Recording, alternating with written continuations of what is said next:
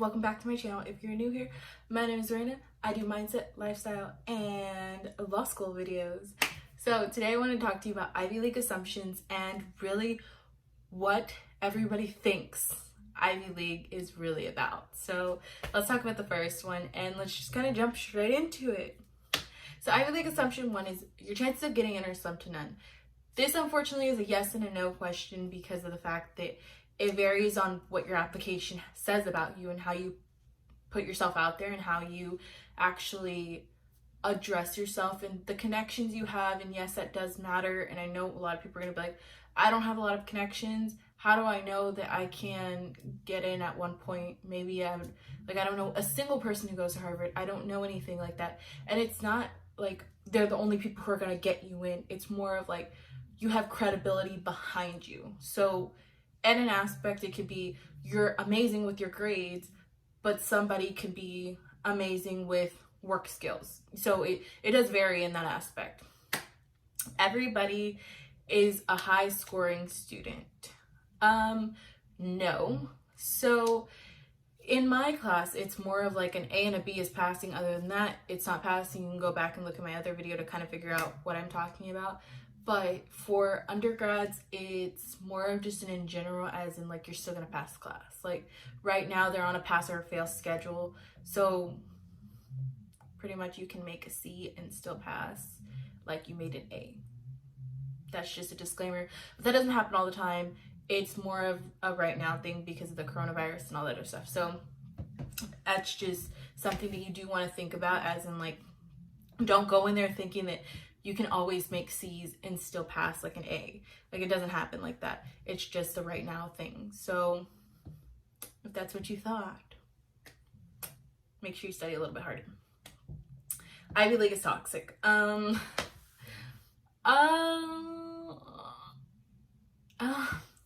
don't think it's toxic. I think that if you go in there with a mindset as in like it's already toxic, of course you might feel that way, like in some ways.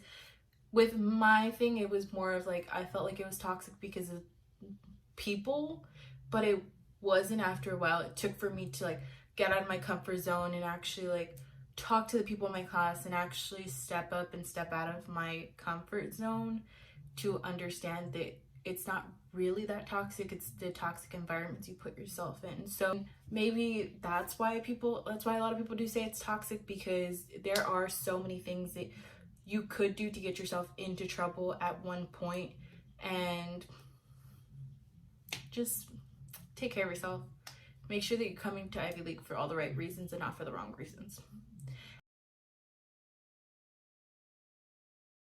Everyone ends up on Adderall and cocaine. Well, mom and dad, I mean, not everybody does. That's like actually a really big assumption, because if you don't know, Adderall keeps you up and energetic at all times.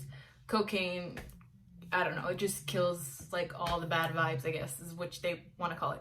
I really don't think a lot of people do. I think it's more of just like an assumption because you're so coked up with grades and keeping everything aligned and things like that. So maybe that's why a lot of people think that way, but no, I don't think that's very true. The Adderall part of things, that's at every school. I mean, you're gonna have that group of people in every school who's gonna pop Adderall. That's really a big thing here because we do work while we're studying. Most of us do, so we can't do things like that. Like a lot of people can't do drugs because they get drug tested because they do work. So it's like things like that you do have to kind of keep in mind. Keep that in mind before you want to come to school and just do drugs, or you want to go to any school and do drugs. Think of that like, hey, would I have an internship? You know, those type of things. Like, not telling you to like do drugs, but just be careful. Do you find work faster than anybody else? Now that I'm thinking about it, yeah, I guess you would. I think it's more of like what's on your resume, because when we graduate, we don't graduate with just a degree, if that makes sense. Like we have to graduate with a degree, internships, hours, like on our resumes, there's just a lot more that builds up throughout the years that you're here versus like just graduating with like a bachelor's or a master's, if that makes sense. So I feel like, yes, in certain cases, in certain situations, if you're trying to work for, this goes for law school, but if you're trying to work for specific law firms, have a pick of a trade, like, did you do your hours correctly? Like, do you have enough? It's where they just want to see if you're willing to put in the work before you even show up here.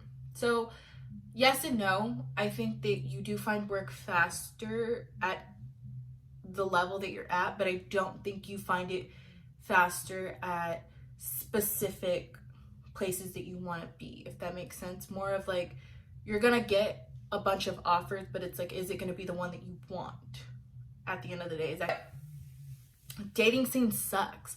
Go watch my law school dating video. You will see the truth behind that. Only rich people. Okay, so no. Actually, 60% of the students, I think, are on financial aid. I was gonna say something else. Financial aid. A lot of us have, like, it really just depends on how your parents kind of address the money situation with you. But I do give credit to Harvard and their financial assistance programs because they are pretty good with that. Like for my last semester, I ended up getting a really big scholarship, which helped me a lot. But that's not a thing that happens like all the time. So it's like per class, but they are pretty good like at helping. So that kind of answered your question. People will judge you more based on the school you go to.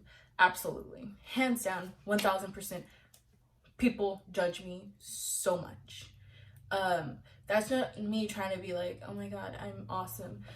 Trust me, I wish people didn't judge me, because if they understood like how I felt and what I was doing and why I was doing it and the passion I was doing it for, they wouldn't judge me. But yeah, no, I do get judged a lot because of the school I go to, and a lot of people think that beauty and brains are not together. So that's definitely something that I get judged a lot for, is like, beauty and brains can't go together. And I'm like, yes, they can. It's 2020. Lots of Asians. Actually, half my friends are Asian, and they are the best people ever. No, actually, like, I think it's like 25% or something like that is only Asian. So it may look like that. It really may. But I don't think that there's that many. Like, my friends are. But it's not like that big of a deal. You don't ever party. You don't have a life. And you never sleep. So you don't ever party is I really don't. I like don't ever party. I don't like to party. It's not me. It's not who I am. I'm just not a party person. But there are parties. You live in houses. Like, that's what we're called. Houses. If you've ever watched Harry Potter, that's kind of what we're segregated like. So I feel like you do have parties in your house, but like not severe like ragers, you know what I mean? But we live in such a college town that you can find any party at like Northeastern, or you can find a party at like Boston College. You can find one everywhere. So you can find them all the time. Like, definitely. It's a matter of you wanting to actually venture out in your life. You don't have a life.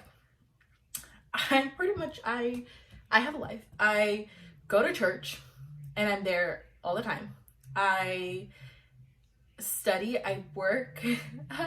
I do have a life. I manage a lot of things in my life, so I do have a life. It's just I don't put it out there a lot because I just feel like a lot of people don't need to know every living detail of my life. That's just how I see things. But if you think I don't have a life, or any of us don't, then okay. You never sleep. That one's true. Yeah, no, I don't actually ever sleep. It's not me. Sleeping is, last night I went to sleep at like 3:30, woke up at 6:30, went to the grocery store at 7, and I've been awake ever since, and it's 1 o'clock. So I guess you could say I don't sleep, if that's how you really feel.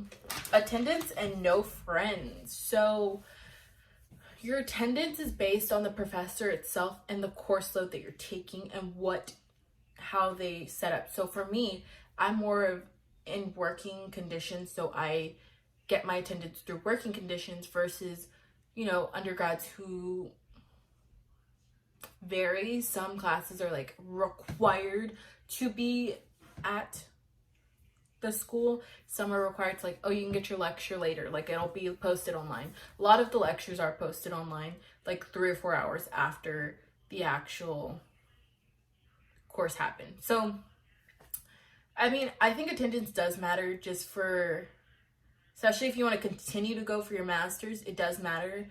But if you're more of a, like, I'm actually really sick today, like I can't go in but I want to go, is there any way that I can have the notes later? As long as you're addressing your professor about those things, I think it's fine. No friends. I actually, well, I say this all the time, I don't have friends, but I do. I have friends. I just simply, I don't have the world's biggest group of friends because I'm cautious of what the friends I have. Like, I'm just very cautious about the friends I have and like what I do with them and who I tell a lot of things to, because I don't really tell a lot of my business to pretty much anybody. So that was my Ivy League assumptions, and thank you so much for watching. If you would like me to do a law school assumptions, let me know in the comments down below so that I could do that one. Bye guys.